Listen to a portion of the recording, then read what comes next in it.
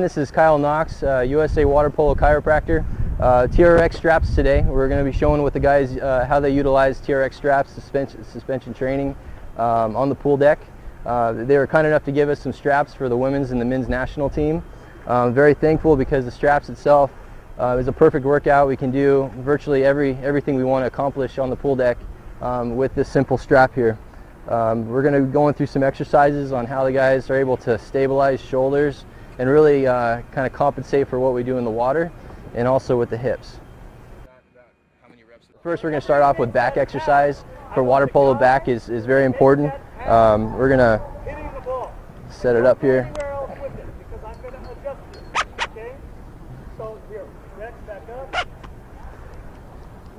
So important for water polo, they do a lot of moves in the water that are very forward, and we like to bring things back when we're in the weight room and also doing our training.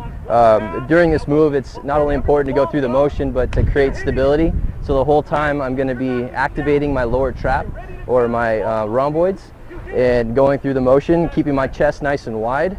I'm not going to allow that to collapse on me. So we're going to keep it nice and wide here. And then as we go through the motion, I'm keeping that wide base. And the further I go down, the more difficult it becomes. But the whole time, I'm keeping control. And I'm working on bringing my shoulders back and down, kind of the opposite of what we create in the water. And through this exercise, stability in my back. So that's all I can see. Yeah, but it just doesn't make like enough. Okay. Yeah. All right. Try to like get down here. Try. Yeah, I know it's hard. Get it down.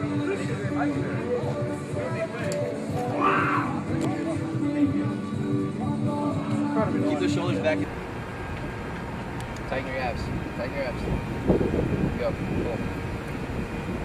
Relax here. Relax. Relax. There you go. So the next exercise we're going to do, type of fly. We're going to work on isolating the back, really expanding the chest. For a lot of the guys, it's not really about going through the motion, but about stability in the back. So while we're going through this motion, we're really wanting them to stimulate the back muscles, the lower trap, the rhomboid, so they're not just letting their shoulders round out in their back. They really depend on good extension too in their back, so we're trying to work on that at the same time, and also keeping your core nice and tight. So as I'm going through this move, there's two ways of doing it. If they're really weak, we can have them go with 1 foot forward, and that just really keeps them upright. And that whole time I'm keeping my back nice and tight. As you can see, my right shoulder is not as strong as my left, so it wants to kind of come forward a little faster. And then we can make it a little more difficult, where they're having to hold and stabilize the whole time going through the exercise. And I'm keeping my back, my chest nice and open and nice and slow. And if right before a game or a practice, this move can be a little faster so we can get the muscles ready for their game or the practice. It's a little faster. Or if we want to build stability, we go a little slower. And that's the move. Right. Yeah.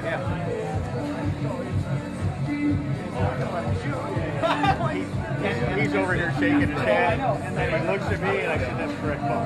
He's got no other intention than to take him out of the game. Yeah. There you go. Keep this. There you go. Tighten in here. There you go. Now let yourself go down. I'm going to support you a little bit. Come backwards? Yep. Go back. Feel. Tighten, back here, and now go forward. There you go. Good. Feel this tighten the whole time. Keep it locked in. Good. Good, and go. Good.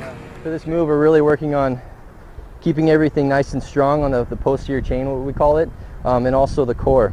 If I don't keep this strong, I'm going to feel a lot of stress in my shoulder. If I keep it strong, my whole body, and use everything I have, it takes all the stress away from my shoulder. So that's what we're trying to teach the guys. So the move itself looks a little bit like this. So the whole time going down, and now from here, I'm going to feel it in my legs, I'm going to feel it in my calves, I'm going to feel it in my glutes, my core, and then my shoulder. And then I'm going to come up. And the whole move is using my whole body. Now if I do it without using my whole body and I use my shoulder, it'll look something like this. And I use a lot more stress on my shoulder, and you saw I hike it up. So that's what we're trying to teach, is to use the full body, use your core strength, and use everything. And so that's the arrow move. In water polo, there's a lot of instabilities in shoulders, but also hips. Using the lower abs and learning how to create good motion in the hips is important. So for this next move, see if I can do this right.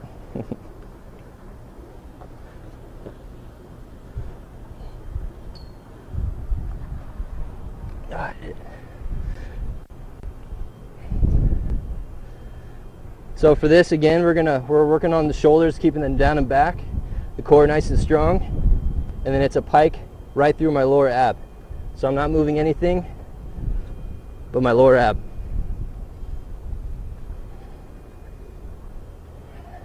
And then from there, it's a modified hip move where we're creating internal rotation of the hip and then bringing it up.